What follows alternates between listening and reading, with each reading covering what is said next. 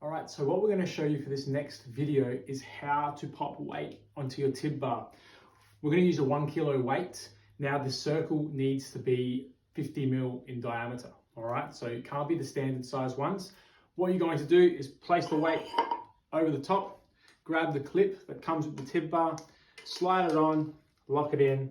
We're going to actually show you how to use the Tib Bar.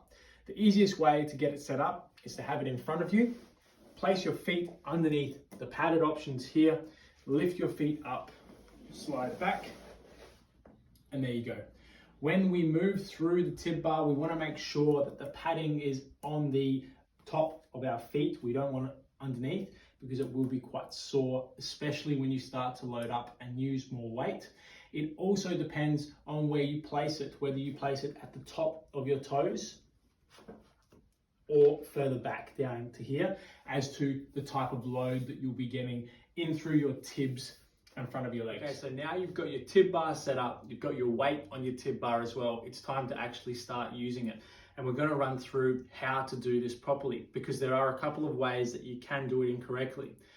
The first thing to think about is to obviously have the correct placement on your feet.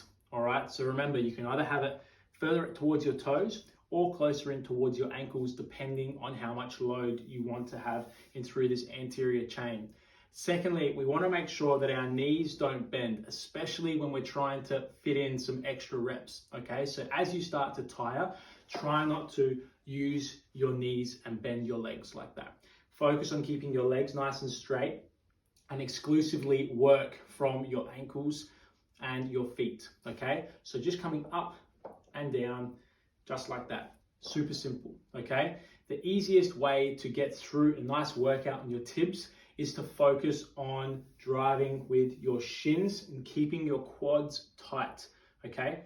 When we tense our quads and think about using our tibs and firing up our shins, you can really get the most out of this exercise. We want to make sure that we are doing the exercise correctly. So an important thing to think about is to pause in certain positions at the top and down the bottom. That way you can check in with yourself when you're working through your tib raises and making sure you're doing them correctly. To be able to dismount from the Tib Bar, it's quite simple. It's just the reverse process of how you got into it. All you need to do is slide down, take one foot out, and drop it down. While we're down here on the floor, we will focus on doing another exercise other than the tib raises, and we'll focus on doing some leg raises. So set your Tib Bar up the same way that you did with your tib raises. You're going to place your feet in the same way, get them right down the bottom. So instead of having them up at the toes, have them down the bottom.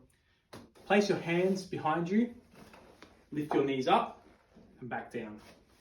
This here will target your lower abs, as well as targeting your hip flexors.